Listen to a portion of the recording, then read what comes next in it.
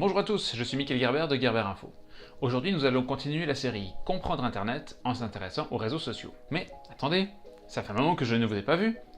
Petite parenthèse pour vous dire qu'en déjà un an, il s'est passé pas mal de choses. Outre le temps qui m'a manqué pour mes vidéos, j'ai continué de tourner et monter celle de la chaîne Livre-toi. Vous pouvez cliquer ici pour aller les regarder. Donc me voici de retour pour des vidéos d'explication informatique et, je l'espère, un peu plus régulières qu'entre la dernière et celle-ci. Qu'est-ce que c'est vraiment un réseau social? Est-ce seulement sur Internet? Est-ce une bonne chose ou au contraire une mauvaise chose? Comment bien les utiliser? Bref, toutes ces questions qu'on peut se poser sans forcément avoir la réponse qu'il faut. Je vous conseille de regarder les premières vidéos juste ici pour une meilleure compréhension.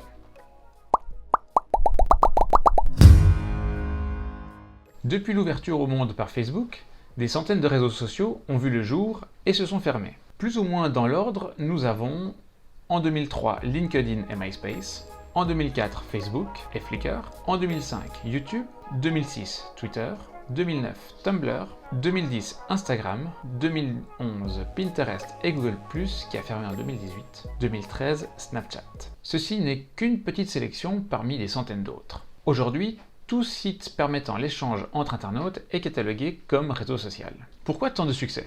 Si les réseaux sociaux ont autant de succès, c'est principalement parce qu'ils s'adaptent aux désirs de leur public cible. En effet, un réseau social comme LinkedIn n'a pas forcément les mêmes utilisateurs que Facebook, qui lui-même n'a pas le même qu'Instagram ou que Snapchat. Un utilisateur pourra bien évidemment avoir plusieurs comptes et donc être actif sur plusieurs plateformes. Mais le but recherché n'est pas le même. Vous connaissez probablement la pyramide de Maslow et son classement des besoins: physiologique, sécurité, appartenance et amour, estime, accomplissement. Si ces besoins sont actuellement établis, l'ordre et la priorité fait débat. Il est clair que les besoins fondamentaux, manger et boire, restent au premier plan. Mais un besoin d'appartenance peut primer sur celui de la sécurité, se mettre en danger pour prouver ce qu'on vaut. Le fait également que surfer sur un réseau social et faire défiler des actualités procure le déclenchement du système de récompense n'est pas non plus anodin. Il va créer une dépendance rendant l'utilisation de ce média comme étant vitale. On y reviendra plus tard, on parlera de FOMO. La question de l'âge entre bien évidemment en jeu. Facebook a été ouvert au public en 2004 pour les étudiants en premier lieu. Le public cible était donc les 16-20 ans dans un premier temps. Lorsque l'utilisateur grandit, ses besoins changent et le réseau s'adapte. Facebook ajoute de nouvelles fonctionnalités, en supprime d'autres. Les nouveaux jeunes se créent de nouveaux besoins, de nouvelles attentes et d'autres réseaux voient le jour pour combler leurs attentes. En même temps, les parents commencent à s'intéresser à ce mode de communication. Leur présence étant perçue comme une atteinte à leur vie privée, on reviendra également sur le sujet de la vie privée plus tard, migrent d'un réseau social à l'autre, de préférence en laissant le parent derrière. D'un point de vue global, les réseaux sociaux attirent plus facilement les jeunes. Plus l'âge augmente, moins l'utilisation est fréquente. Un autre point essentiel qui va souvent de pair avec l'âge est la facilité d'utilisation et l'interaction. Un jeune aura beaucoup plus de facilité de dialoguer quand il s'agit simplement d'écrire sur un clavier que de parler en face d'une personne, surtout lorsqu'il s'agit de s'affirmer ou d'oser s'affirmer, alors qu'une personne plus adulte préférera le contact direct. Le dernier point qui permet de comprendre pourquoi les réseaux sociaux ont tant de succès, c'est qu'ils ont vu éclore des stars, des personnes influentes, et qu'on fait croire aux utilisateurs qu'ils peuvent être célèbres. Ce besoin de reconnaissance est un moteur incroyable pour se mettre en avant, et donc utiliser les réseaux sociaux comme tremplin. Si je vous parle de Cyprien, Norman pour la France, PewDiePie en Suède ou Le Grand JD en Suisse, vous en reconnaîtrez certainement quelques-uns. Ces utilisateurs de réseaux sociaux en ont fait un métier qui demande du travail comme tout autre métier, mais qui n'est pas perçu comme tel auprès de la majeure partie des utilisateurs. Les réseaux ont donc cette image de moyen facile d'accéder à la gloire, gagner de l'argent, et le tout en s'amusant. Voilà un portrait plutôt surprenant de ces réseaux sociaux, à tendance alarmante. Mais pouvons-nous y trouver des avantages? Bien sûr, et même de très bons. Le premier, qui est d'ailleurs le but premier du réseau social, est de pouvoir retrouver une connaissance. J'ai moi-même rassemblé mes anciens camarades de classe via Facebook, 18 ans après avoir fini l'école obligatoire, alors qu'à l'époque les Natel émergeaient tout juste et qu'aucun de nous en avait. Le deuxième est la possibilité de partager ce qu'on désire avec un groupe plus ou moins restreint. Un voyage partagé avec sa famille, une création musicale avec ses amis, les premiers pas d'un enfant, bien qu'il faille à nouveau qu'on revienne sur le sujet plus tard, concernant les enfants. Le troisième, se faire connaître. Imaginez-vous pouvoir vous tenir sur une place passante d'un village ou d'une ville, voire d'un pays, et pouvoir annoncer à tout le monde que vous avez débuté une activité. Tout ceci sans être vous-même sur cette place. C'est exactement ce que propose Internet via les sites web. Mais le réseau social va y apporter une dimension de partage en plus. Chaque commentaire ou like sera mentionné aux amis de celui qui aura réagi. Par ce biais, de nouvelles personnes qui n'étaient pas censées vous trouver ou vous connaître vous verront et seront potentiellement intéressés par votre activité. Là où on peut se faire connaître, on peut également rassembler. Créer un événement et le partager n'a jamais été aussi facile. D'un autre côté, beaucoup de personnes vont sur les réseaux sociaux pour savoir quoi faire le week-end. Ce besoin de se renseigner rejoint parfaitement le besoin de partage. S'il n'y avait que de bons côtés, faire une vidéo sur le sujet n'aurait probablement pas été nécessaire. Il est très facile d'utiliser un service sans regarder s'il comporte de mauvais côtés. Dans un même temps, il est également très facile d'imaginer toutes sortes de mauvaises choses à propos de quelque chose qu'on ne connaît pas. Voici les principaux défauts des réseaux sociaux. Si le réseau social avait pour but de rassembler et de permettre de plus communiquer, le constat actuel montre qu'il n'y est pas vraiment parvenu. Certes, les communications à longue distance ont été simplifiées, mais celles à courte distance ont été, quant à elles, complexifiées. Le smartphone en est principalement la cause. Voici les ingrédients parfaits pour être coupé du monde réel.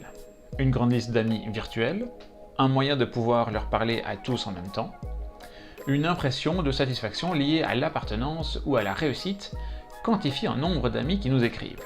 Il n'est pas rare de voir quelqu'un parler avec un ami en vrai et répondre à un message de quelqu'un d'autre alors qu'il était en pleine conversation. Ou pire, s'interrompre lui-même pour répondre à ce message. On est là dans le paradoxe de la communication, un dialogue venant en interrompre un autre. Le fait de ne pas être en communication directe avec les autres permet de réfléchir à ce que l'on dit ou montre de soi. Cela devrait apporter plus de sagesse dans les conversations, puisqu'on peut tourner sa langue dans sa bouche ou plutôt les doigts sur son clavier avant d'envoyer. Malheureusement, ce n'est pas dans cette optique-là qu'est utilisé ce temps de réflexion. Il y a globalement deux variantes à cet inconvénient. L'image de soi déformée et l'image des autres déformée. Pour la première version, vous aurez reconnu les selfies calculés. On ne montre que la meilleure image de soi. En fait, ça ne devrait pas être une mauvaise chose. On se prépare également lorsqu'on va chez ses amis, on n'y va pas en pyjama. Mais pour reprendre l'analogie, un selfie préparé, au pire avec un filtre, c'est l'équivalent de prendre 3 heures pour se préparer, quitte à être en retard, et se transformer en se maquillant de manière exagérée. Autant valable pour les hommes que pour les femmes. Dans l'autre extrême, vous avez peut-être, mais c'est moins fréquent, une connaissance qui ne prend pas la mesure de la portée des réseaux sociaux, et qui se montre sous toutes les coutures, sans réfléchir à ce qu'elle poste. L'image de soi véhiculée serait d'une personne qui sort en pyjama, décoiffée et hirsute. Pour la deuxième version, l'image des autres déformée, c'est justement l'effet désiré par les selfies préparés, qui viennent fausser la vision qu'on a des autres. Je m'explique. À force de ne voir nos amis que sous leurs meilleurs jours, alors que quand on se regarde soi-même dans le miroir, c'est rarement dans les meilleures conditions, ça va créer en nous une impression d'imperfection. Les autres, leur vie, leurs vacances, leur look, leur maison, etc. sont meilleurs que nous. À ça, il y a plusieurs réactions négatives possibles. On va chercher à être aussi bien qu'eux, si on n'arrive pas, selfie préparé. Ou on va vivre par procuration, en cherchant à voir les posts des autres personnes ayant réussi, qui mènent souvent à se refermer sur soi-même sans vivre pour soi. De pair avec l'image de soi déformée vient la recherche de likes. Ce sentiment d'importance et de réussite lorsqu'une photo, un texte ou même un banal partage atteint un certain nombre de likes ou commentaires fait accélérer le processus. Cela active le système de récompense ou de renforcement positif. Plus la photo est likée, partagée, commentée, plus on est heureux. Pourquoi ne pas recommencer? Pourquoi ne pas chercher à faire une meilleure photo pour obtenir plus de likes? L'utilisateur rentre alors dans une spirale, le poussant à soigner son image pour que chaque photo, chaque moment soit le plus possible mis en valeur. Pour illustrer cette spirale, la chaîne YouTube The Mystery Hour a publié une vidéo que vous pouvez voir, je l'ai mise en description. Pause! Est-ce que tout ceci est si mauvais que ça? N'y a-t-il pas du positif également? La réponse est évidemment oui, j'en avais donné quelques exemples au début. Ça fera l'objet des vidéos suivantes, mais je dois aller au bout des aspects négatifs pour que vous ayez pleinement conscience des problèmes directement liés à une mauvaise utilisation des réseaux sociaux. Voilà déjà donc la fin de cette vidéo, j'espère qu'elle vous aura permis d'en apprendre un peu plus, même si ce n'est pas la meilleure facette. Dans la prochaine vidéo, je continuerai de descendre en flèche les réseaux sociaux, de vous montrer encore pire et qui malheureusement est bien plus réel et fréquent que vous ne le pensez. Et dans les suivantes, je reprendrai en détail également pourquoi et comment les réseaux sociaux peuvent vous permettre de vous épanouir. Et vous, quels réseaux sociaux utilisez-vous? N'hésitez pas à me l'écrire en commentaire. Partagez cette vidéo à tous ceux qui se posent des questions sur Insta, Facebook, Snapchat et les autres, mais n'oubliez pas de leur dire qu'il y aura ensuite la vidéo sur les bons côtés. Si vous regardez cette vidéo sans être abonné, je vous invite à cliquer juste ici pour ne pas manquer les prochaines. Ici, vous trouverez la vidéo qui date d'il y a un an, c'est-à-dire la dernière, et juste ici en dessous, une vidéo que YouTube vous propose. Merci de m'avoir regardé jusqu'à la fin, et profitez de votre informatique. Comme ça. Faites-le. Cliquez.